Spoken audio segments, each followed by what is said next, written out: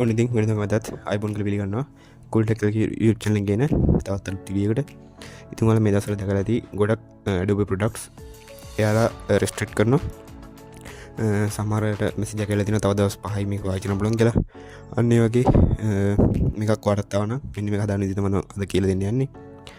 එහෙනම් ඉතින් ඔය ටික තවන්නේ අපි කොහොමද මේක හදාගන්න කියලා බලන්න.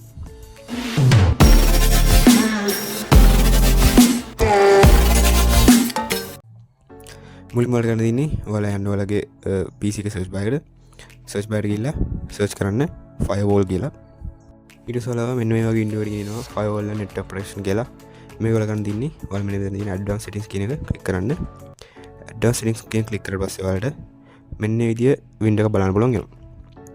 ඔයාලට ගන්න තියෙන ඊළඟට මෙන්න මේ window එක ඔයාලට බලන්න පුළුවන් වම් පැත්තේ කොනේ තියෙනවා inbound rules කියලා. මෙන්න මේ inbound rules කියන එක click කරන්න.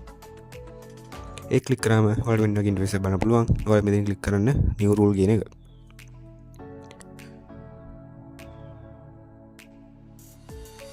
new rule කියන ක්ලික් කරලා පස්සේ මේ විදිහට without window එක open වෙනවා.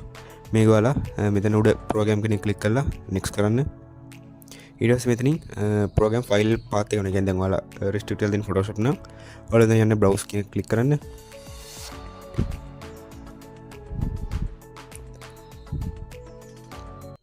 ඊට පස්සේ මෙතන යන්න ඔයාලා